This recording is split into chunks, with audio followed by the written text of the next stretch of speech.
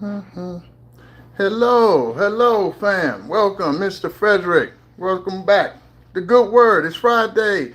Woo! Yeah. All right, guys. Give me a second while I find the Bible verse for today. Let's see here. Uh, Hold on, guys. I'll be right back.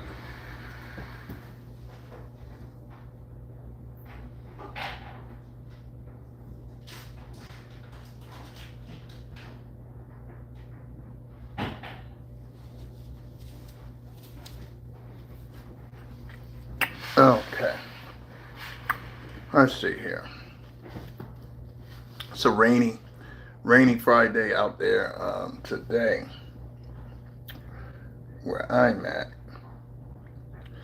What do we have here?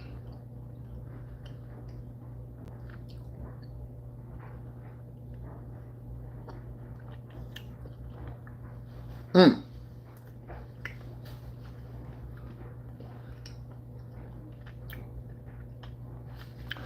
Okay, family.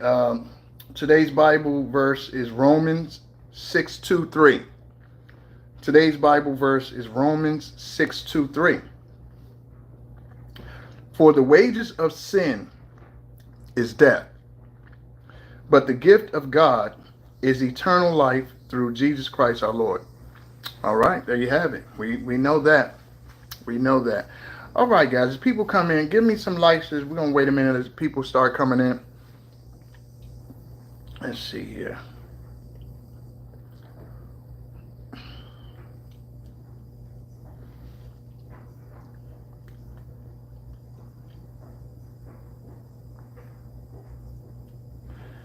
Okay. Okay, guys. Today, what we're going to talk about is 5 signs that you are elevating. 5 signs that you're elevating, you're evolving, you're changing, you're improving your life. These are 5 signs. And, okay, we'll start with number one. Okay. Number one is you can't be around the same people. You'll notice that you can't take them. It's you just, you've, as you elevate and vibrate on a different vibration frequency, you just can't take it. Obviously, if you can't be around them, like, you literally can't stomach them. You can't. I mean, you've obviously, at that point, the old you put up with way too much from them. And again, this only applies to good hearted people. Come on, guys, give me some likes as you come in. This only applies to good hearted people. The a-holes out there, they're not going to have that problem because they're, as soon as someone, one thing about being a quote unquote a-hole that is good, they're very in touch with offenses towards them. So sometimes we call it an a-hole, but sometimes that type of, I guess you can call antagonistic type personality, that type of person, hey, sir, soccer, that type of person is actually protecting themselves. It's a very primitive way of protecting yourself because you're going to kind of be on the offensive before. Give me some more likes, guys. But it is a form of protection, and some people have become that way over time in order to protect themselves because maybe wherever they was in a situation where someone was offensive towards them when they were young, and they just developed it as a protective mechanism over time. So I do understand that. I've had conversations with people with that personality type, and a lot of times that is the case. They have developed that through, it's a method of defense. Not giving an excuse for it because you shouldn't let the world change your base personality. In my opinion, you shouldn't let the world change who you are. Now, if that's who you are, some people are just that way. That's their personality, and more power to them. That's not my cup of tea. I think honestly, it's everybody's different, but it's a form of weakness to me. Like when you have to be offensive to everyone, but it is a time to let people to know that, because some people have a personality where if they don't see the bear teeth, if they don't see the shark teeth, they don't believe it's a shark. Like, you could be big, you could be whatever, but if you're kind-hearted, that's all and you're predatory, so they just focus on, oh, this person's being kind to me. So some people can't take kindness. Like, they take that literally as you're weak, you're stupid, or you're soft, or you're scared of them. Those are really silly people. Those are idiots. I mean, those are fools. because some people, they don't understand that a person who has the Holy Spirit in them, they're being kind to you out of the grace of the Lord. But they could destroy you if they wanted to. With one comment, they could destroy you verbally, physically, any kind of way. But that individual that truly holds power, really doesn't want to do that. Like an individual that truly holds power, only because they can hurt you, don't mean they will. But so a fool just takes everything on face value. So they walk around thinking, oh, this person, they're not saying, they're smiling at me, or they said hello to me. They take every little kind gesture you do as it's really crazy, but that's a foolish person because they really will be in trouble. But I will tell you, that first one is you can't be around certain people. You just can't. You'll notice you can't do that. They lower your vibration. Let's see. And you'll understand that you don't even explain it to anyone. You don't feel the need to explain it. You don't really care anymore. Your time is precious. You don't even care. Like, that's the first thing when you know you're elevating, because your environment changes. Your audience changes. Okay, number two, the places you go are more intentional. Like when you are not elevated or when you're on a low vibration, you really don't care. You go anywhere. You're not thinking. You're not in the moment. You're not really concerned about, okay, where am I going? Where am I putting myself? You're not valuing your time appropriately and your presence. So you go anywhere. Hey, somebody call you up. Hey, let's go here. Let's go. You're like not even thinking about it. Your first response might be, okay, let's go. But as you start to elevate, you lose that. As you start to elevate, you're more picky about where you go. You're more picky about who you go with. Just in general, you're much more picky about everything, but certainly where you go. So that's number two. And also with that, you trust your decision making about that. You trust yourself more, a lot more. And you trust and you take care of your body more. You take care of your mind. You take care of your spirit, which you feed yourself in every kind of way. Overall, hey there, Selena. Overall, you are more careful with yourself. You just care about yourself more. That's a sign that you're elevating in life. Come on, guys, give me some likes as you come in. That's a sign that you really are elevating. Because when you start to be more intentional about where you go, you also it's overall feeling of who you are. Your sense of self is a lot more powerful. What you'll tolerate, how that place makes you feel when you go there. You're thinking about, how do I feel when I'm here? How did I feel when you? There you go. Thanks, Selena. When you feel good about yourself, Fatima. When you feel good about yourself, you're just not going to put yourself anywhere. You're not going to do that. So that's another thing. So you are very intentional about where you go. That's number two. Okay, number three, guys, that you're elevating is you're learning. You're learning from your experiences. So you can't unsee what you've seen people do, and you don't tolerate that anymore. So you can't put your energy around certain energies. You're a lot more selective and you can't unsee what has been done. So once you start to learn, and it's a difference between, okay, I experienced this and learning from your experiences. Two different things, guys. Let's get some more likes in there, guys. Absolutely, Xander. Glad to see you back. It's a difference between when you are having an experience and when you are having experience and you're taking something away from it. Give me some more likes, guys. And you're learning. So you want to make sure that when you're elevating, you have to learn from those experiences. You're not just experiencing something and it's no lessons, because the lesson is coming with the experience. So that's definitely important. And you feel different. You feel different. And it's not different. That's number four, rather. You feel different, and it's not because or as a response of anybody you're around. You just feel different because if you do all of these things, if all of these things are happening, you're going to feel different. Because when you start to eliminate all of these because think about everything I'm talking about, guys, these are negative people. These are negative people. That's why these are negative experience, negative places, low vibrational. That's why when you eliminate them, it's a guarantee that you're going to feel better. There's no way you're going to feel bad if you keep eliminating bad things in your life that you had around you and people that you had around you. So it's like, just to give you an example, sometimes, depending on how you came up, You might have had experience where someone say something to you, and say you want to consider that relationship, whether it's family or whatever. So you might give them benefit of doubt.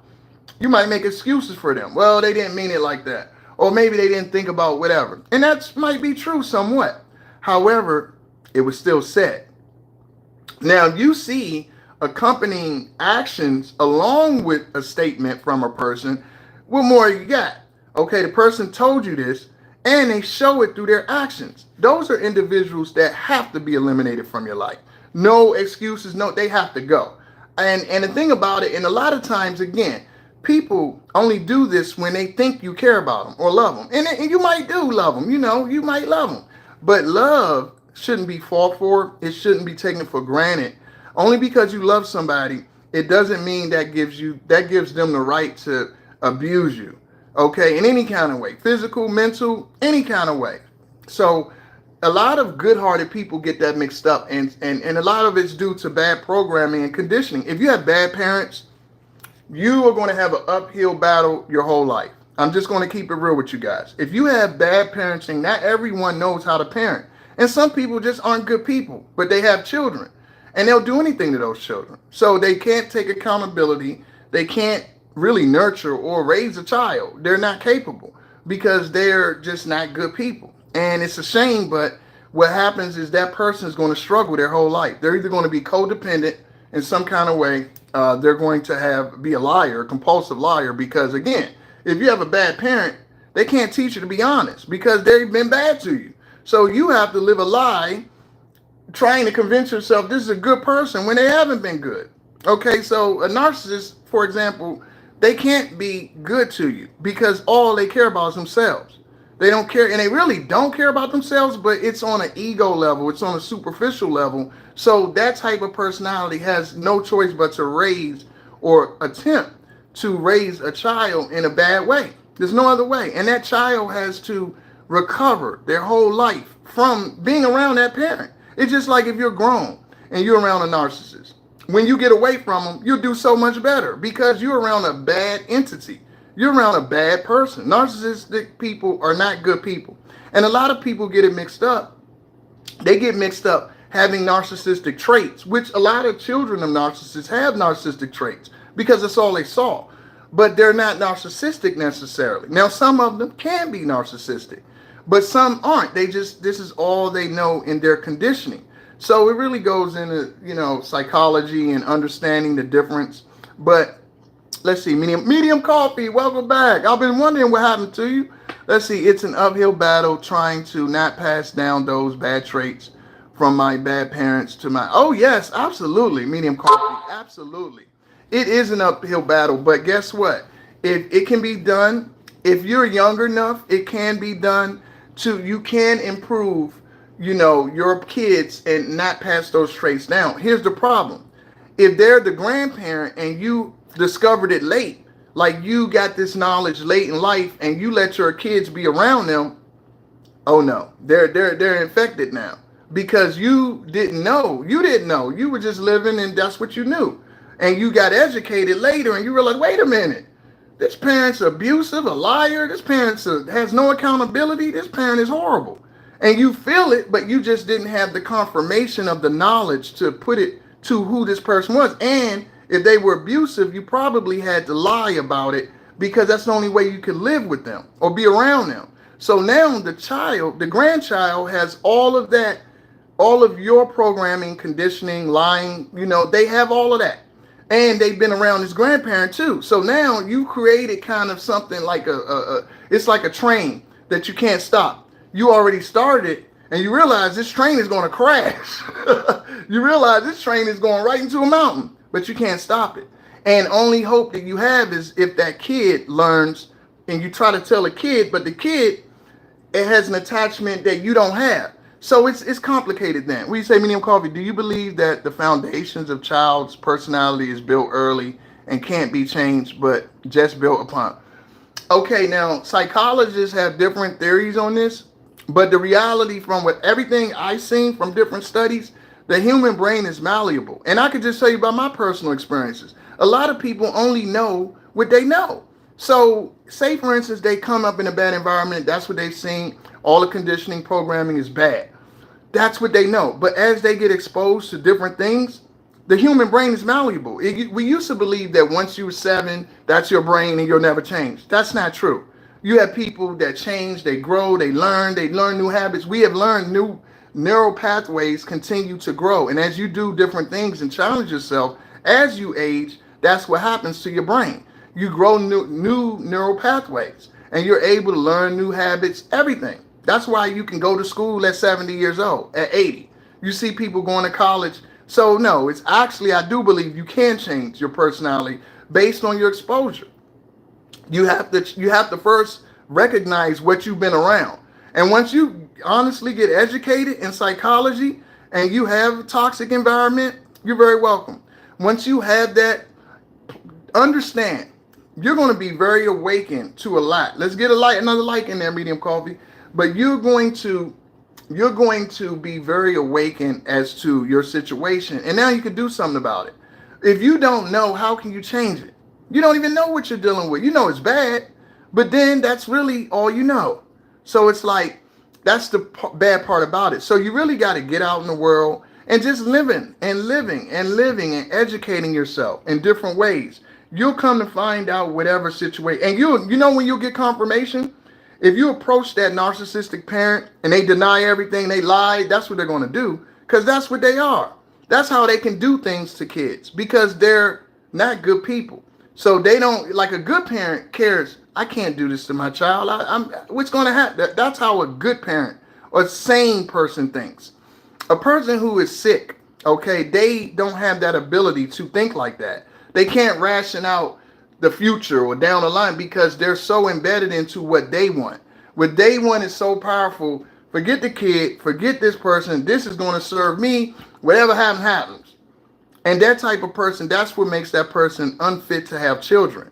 Because as a parent, you shouldn't be doing things that you can't recover from. Certain things you could do with children, you can't recover from that. I'm sorry. Even if the child forgives you, the damage that's done is so overwhelming to that child's life that, no, it just, it's done. It's done. That's what it is. And they're going to lie again. They're going to take it to the grave because these are not good people. Good person, even if they repent and they try to have a form of whatever you want to call it. I guess you call it recovery, if that's possible. But again, these not good people you're talking about. It's not good people. And that's the first step you have to, if you're elevating on that level, and back to your question, you got to recognize what you come from. So getting back to the last one, guys, I'm going to go into your purpose and your peace becomes number one. So when you're elevating in life, what you'll find is there's a shift. You might have been at one point at a stage where pleasing people, having a farce kind of relationship, whatever, that might have been number one priority to you. Maybe it's been, other people other than yourself, whatever. Again, depending on your upbringing, hey, Sarah, depending on your upbringing, you might want to change these habits. But usually they come from your upbringing, okay? So what you got to remember here is very important is when your purpose becomes number one and you prioritize yourself and your peace, everybody's not going to like it. So even though you might not be in contact with a lot of these bad relationships, bad people, just individuals you shouldn't have been in contact with in the first place, or you should have just ended it because it's detrimental to you. Now, the worse off you are as far as psychologically, your upbringing and all of that stuff, you're not going to know or be able to do that. But that's again, as you elevate and educate yourself, because it's not just knowing, experiencing, and learning, it's putting it into action. Actually putting it into action. So when thank you so much, Fatima. Thank you so much.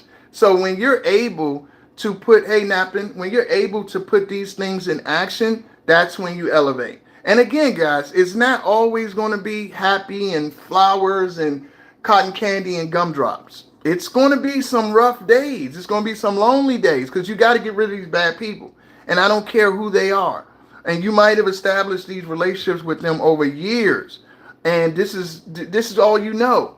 But that's the first step in growth. Is being having those growing pains. It's going to hurt to let these people go, but they cannot now. Maybe if they're young, maybe they can change. Who knows? But you don't know how long you're going to be here. You can't wait around hoping a 20-year-old that you had with a narcissistic wife or husband will, if that husband or wife has that child under them, and you were raised under narcissists too, you got to think they have narcissism in them everywhere. Everywhere. They have narcissism coming from their father's side because you're raised by that. They have it from their mother. They have it from you. They have it from everyone. So that child is probably have parental alienation. It's going to be difficult for them to change. They might be 40 or 50 before they realize, wow, my mother was a narcissist. Because if that parent raised that child, okay, and the custodial parent raised that child, and now they have done the parental alienation. That child has all of those symptoms.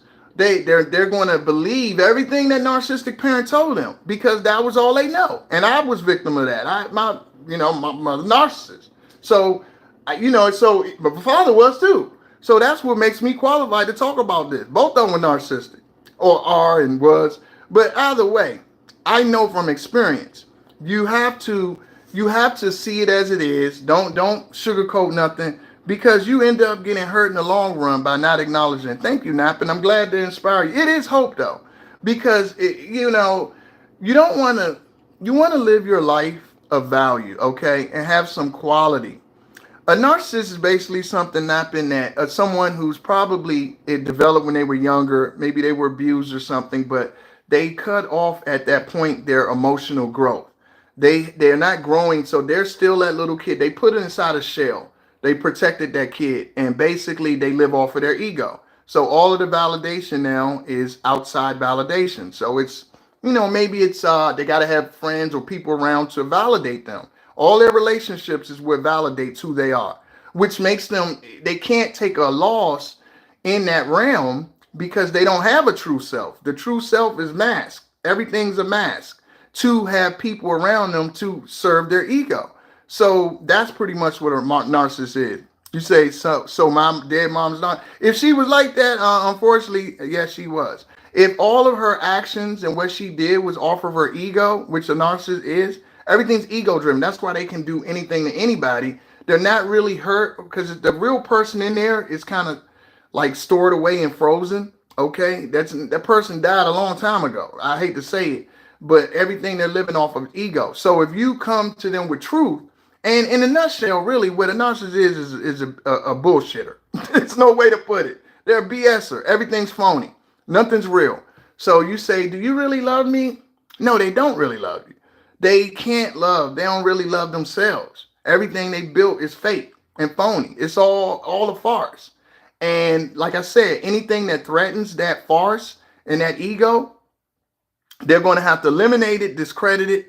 They're going to lie. Whenever someone tries to hold them accountable, hey, you did this wrong. They're going to say, well, no, I did this because you told me, or you did this and you made me do it. They're going to turn everything. They can't take no account. It's a very weak person. They can't take any accountability. I did this because, you made me do it. What? You made me hit you. What? I didn't even say anything to you, but you looked at. It's really crazy, I'm telling you. Well, you say Trump.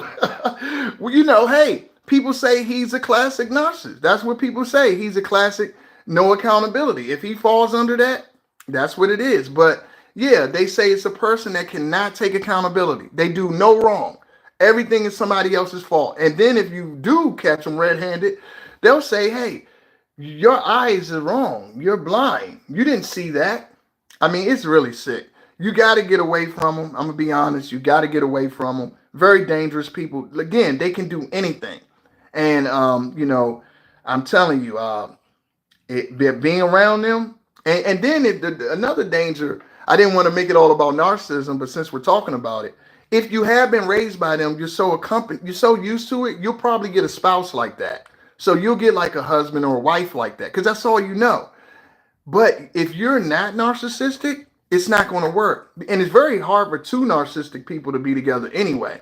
Because a narcissist typically needs someone to be like They need like someone to be a codependent to help them, to help them carry out everything. Well, it's another word I can't find it right now, but typically they need someone to let them, enabler. That's the word I'm trying to find. They need an enabler or codependent to help them be narcissists, and that feeds their ego. That's how they survive. It's all off a narcissistic supply, pretty much. That's what they call it. And it's just attention, energy, everything from someone else. And let's see, where are we at now, guys? The last but not least, you stop making excuses. You stop making excuses and hoping for them to change. When you notice that you're not making excuses for people anymore, when you notice that you don't make excuses for people, you just see it as it is. You're not waiting around for them to change. Now you know you've elevated. Because understand, like, I've done this for many years. You can play dumb. It's easy for an intelligent person to play dumb. A dumb person can't play smart.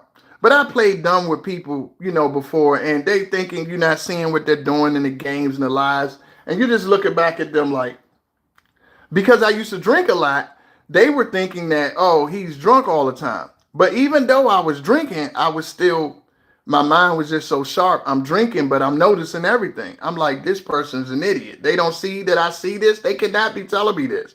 I'm laughing at them in my head. Like, are you really going to tell me this and think I'm going to believe it? And that's how I got caught in what you got to be careful. You get caught in a cycle of sin. And a cycle of sin is, someone's a BSer. They're full of it, right? And so you say to yourself, okay, you're full of it. So my response is, I'm going to do whatever I want to you. And that's the cycle of sin. Because now this person's mistreating you and they're wrong, but now you're wrong too. Because you're taking, now instead of leaving, you're saying, I'm going to do the same thing. And that's toxic. That's a cycle of sin. So that's how the devil tricks you. Is that you don't live righteously. You have, in a lot of ways, you're letting that person help you live in an unrighteous way. You see what I mean? So what you got to understand is, when you see that, stop it. Just leave. If you know someone's not right, they're lying and they're manipulating, don't sit around and do the same thing to them. So what you do is you just say, I want to change, because now all of that is rubbed off on you. And you might go to another person and now you're doing all those bad habits with them. And they haven't done anything to you. You see, they haven't done anything to you. Yeah, well, it's hard to talk about things you haven't experienced, Nappin. The best teacher is your experiences. So what you do is you apply education, what you've learned, and real life. Now, some things I haven't experienced, but narcissism, I'm very familiar with. Narcissism, I'm very familiar with. So what you got to understand too is that, people who do the cycle of sin, that are in that cycle of sin, understand this. They aren't innocent, because now they're doing the same thing that has happened to them. So when you get caught in that cycle of sin and you're doing it in response, and you're really setting yourself up for damnation. So what you want to do is repent, break away, give your life to the Lord, and now you can be saved. Now you can be saved. And that's the only way. That's the only way. How do you get out of the cycle of sin? Well, you have to, again, just like I said, you repent. You ask the Lord for forgiveness, because he says, if you ask me for forgiveness, if you turn your life over to me, but you got to stop doing it. You can't say, Lord, please forgive me, and you keep doing the same stuff. No, it don't work that way. You have to ask for forgiveness. Okay, repent. And this is where a lot of narcissists won't do, because that's why they stay caught in that cycle, is that they not asking. They're not even saying they did nothing wrong. You see, that's good. They're not saying they did anything wrong. You understand? You say, Shadow Pop, it is best to stay away from people who don't want to believe in God, live with God. Oh, yeah, I agree. But see, the problem with that, I'm going to tell you the problem with that, guys, is that not everybody is going, that doesn't believe in God, is going to come up to you and say, hey, I don't believe in God. If they know you are of God, they know you have that light in you, even if you don't talk about it a lot, they can just tell your spirit. If you got a good spirit, they know that comes from somewhere. So a lot of people just prey on those people and they'll act like they believe in God, but they don't. You see what I mean? So they don't believe in, not everybody that doesn't believe in God is going to say that. That's what you got to watch out. Watch their actions. If someone never prays, you never hear them mention God. You never hear them. They could do anything to anybody. They talk to the waitress, the waiter's bad. They talk to people in a negative way. They only respect money. They only respect money's their God. They don't believe in God. Now they'll try to act like they do, but that's when you have to have discernment. You have to have the ability to tell the difference between a performer, okay, somebody who's BSing, and somebody who's being honest. You have to be able to tell a difference. And time will tell, but also what you'll be able to see is the way you live. Because how DMX, if you guys know about DMX, you know one of his songs, he said, the snakes, the rats, the cats, the dogs. How you going to see them when you're living in the fog? You understand? Thank you. You're very welcome. When you are doing bad, you cannot recognize other people doing bad. So you got to stop doing bad, and then their bad is going to stick out to you. It's going to be like, wait a minute, I wouldn't do that. But if you're doing the same thing they doing, how you going to know the difference? You're all messed up. So you got to turn your life over and follow it with actions. Because I'm going to tell you, when you get caught in this cycle of sin, it's downhill from there. So yes, I talk about what I know. You shouldn't talk about what you don't know. If you don't know something, you shouldn't mention it, in my opinion. I would never talk about something I don't know. Either I learned it from school or knowledge, or I experienced it. Those are the only ways I'm going to speak on something. But I'm never going to talk about, if you ask me to talk about, let's see, I don't know, something I have no clue about. Ballet. I don't know who's the number one ballet dancer in the world. I don't know who's the number one ballet dancer in the world. So I'm not going to mention ballet. I cannot name one ballet dancer. Now, I think ballet is a beautiful form of art. I love dance, but I just don't know any ballerinas. Okay? So you can only speak on, I'm a life coach. That's what I do. You know, I'm here to help people. I'm here to be able to take my experiences and let people know that my analysis of my experiences and my education of what I know to lead people the right way and show them examples that might help them. Now, will it work for you or anybody else? Who knows? But I tell you what, it's a better option for you to listen to someone that has gone through something, and maybe you don't have to go through it, than to just go through it yourself. It's a much better option for you to be able to not go through it and listen. That's a better way to go. And you'll see your life do a lot better that way. So yes, you know you're elevating by doing all these things, guys. It's going to not be easy. You're going to have to leave people alone, but you don't want disrespect. You're not going to be able to tolerate it. Just doing a quick recap. You're going to go different places. You can't deal with certain people. Again, disrespect, complete, and basically individuals that devalue you. Somebody who wants to devalue you or actively does it, doesn't care about it. They just devalue you. That person doesn't deserve you any time of the day or the year. You don't need to apologize and make excuses for it. All you need to know is they gotta go. if they're devaluing you, if they don't respect you, they don't appreciate your kindness, all you need to know is they gotta go. And once you do that, you're on the right track. Once you do that, you're on the right track. You let these people get out of there. You'll have people say things to you, and you'll look back at it. You'll be like, I can't believe this person said what? And I did what for that? And guess what? When they sit and think about it, after they sit for a while, if they have half a brain, which they probably don't, but guess what they're going to come to find? They're going to come to find that, wow, it ain't many people that's going to let me do that. It's not going to be a lot of people that's going to let me do that. I can't get away with this with everybody. Guess what?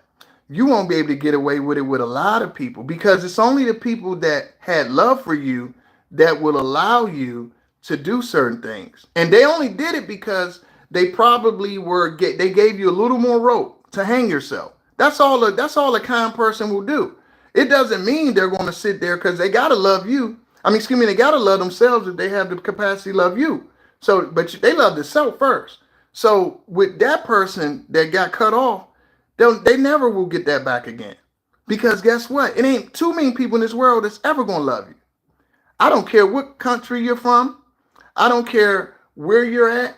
It's not many people that are ever going to love you. That's just what love is. Love is rare. Love is not common.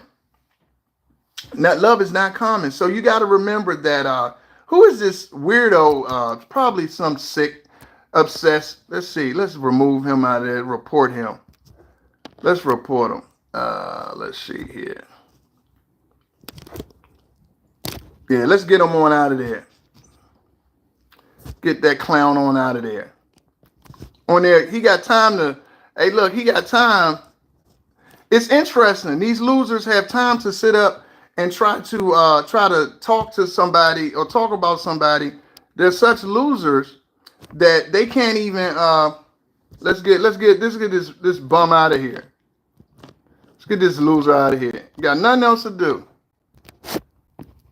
Just creating fake accounts because their sorry lives are full of nothing but pain. Let's see.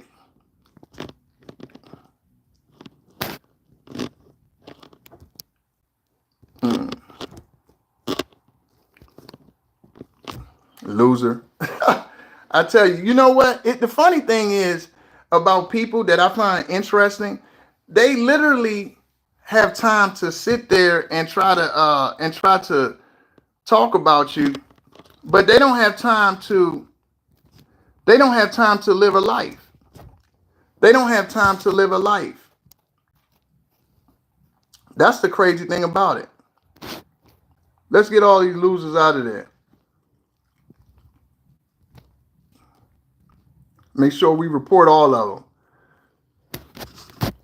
Hey, look, a loser, whoever you are with the fake name, you're a loser. That's why you're on here watching me and no one's watching you. You don't have a life.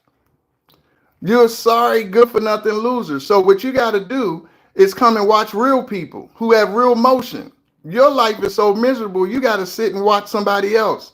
And you would never show your real face because you probably look despicable. No one wants to look at you. Bye-bye. You'll be visited. But see, you guys got to understand, individuals like this that have no lives and literally are losers, they really exist. And the thing about it is, these are the kind of people that you got to always make sure that you get rid of out of your life, online. You report them, you block them or whatever. But don't tolerate that kind of stuff because these individuals are so low vibrational. Sometimes you ignore them or whatever, but at the end of the day, they have no lives. They have no purpose. They have nothing. That's why they got to go. I would feel so ashamed if I had to go sit and waste my time to watch somebody and make negative comments. Think of how miserable your life is. You could watch grass grow before you do that. I could think of a hobby of watching grass grow, but you rather go online. Think how miserable you got to be. You got to be a miserable person. Jeez, you would think somebody would have something better to do with their life. But it's sad that people are out there in that they're really in that mindset. They're that miserable. They have nothing to do with their life. And they're jealous. They wish they could be on and speak in front of somebody, but they're cowards. That's why they can't speak in front of people. They're cowards. No one likes them. So they rather go and try to rain on somebody's parade because they wish they were you. They wish they could have two people listen to them. So you got to remember, guys out there, the healthy people, that when you see these cowards, these good for nothings, feel sorry for them, pray for them, but understand that these individuals are sick. They're sick, man. They need help. And a lot of them, that's why I'm in psychology. A lot of these people need to be hospitalized, honestly. It's too many people that walk around that have mental health issues that aren't hospitalized. They really are. They have nothing to do with their lives. They're miserable. They're probably child abusers and some, all the stuff I was talking about. And that's why they get online and talk to people. But again, guys, remember, when you are elevating, all these types of energies you get rid of. All the type of energies that are negative in your life that you experience, you get them on out of there, because it's not worth it. It's not worth your time. And again, I don't care who it is, you can't wait around for people to change and hoping that people change, because they won't. They won't. They'll be the same and they'll keep doing what they do, because that's what they are. So take people on fake face value in that sense. If they bring negativity to you, get them out of there. Just like you delete people out of or off your online and all that, get them out of your life the same way. And you'll see your life improve. And it's a sign that your life improved. All right, guys. So now we're going to go into the musical selection of the day. The music guy or person that I want to honor today, I don't know, a lot of people might know him, some of you might not, but Kim is one of my favorite R&B artists, period, man. I love me some Kim. I don't know how many people out there know Kim, but Kim is someone who is amazing. I mean, he makes the best music. He's consistent. He is someone who he always brings originality. Although he gets a lot of comparisons to Al Jarreau. You can see the influence, but the thing is, Kim is specifically, his own guy. He has his own style, his own swag. But one thing I can say about him is he's overcome a lot. If you guys know his personal story, amazing. He found out he was adopted at an older age, and so it was very troubling to him. Let's see. Haven't heard. You have. Oh, Kim is medium coffee. Kim is spelled with an E. It's Kem.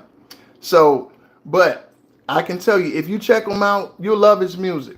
Share Your Love. Share My. What is it? Share Your Love. Share My Love is one of my favorites. Love Calls. No, it's Kem. Fatima. Kem.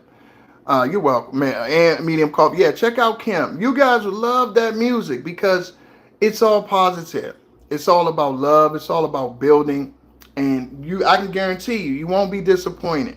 You won't be disappointed. But I like music that puts me in the mood of peace, joy, all those positive emotions. All of those positive emotions. And he's one of those guys. And then his music has a jazz. It has a really good jazz flavor to it. So you want to remember that, when you check out the artists I tell you about, everybody, I'm not going to say you're going to like them. I'm telling you, this is my opinion, but Pink Floyd. Pink Floyd got a little bit of swag going on, certain music. I'm a rock and roll guy, so, but I can say this. If I tell you about somebody, I guarantee you this, you're going to like a song or two of theirs. You're going to like something in theirs. Or out of the people I talk about, you will like somebody that I mentioned, because my musical taste is all over the place. All over the place. All right, guys. So I'm get out of here, and I'll see you back Monday. Again, keep the negativity away, guys, and you'll elevate. Remember, love what you do and do what you love. Take care.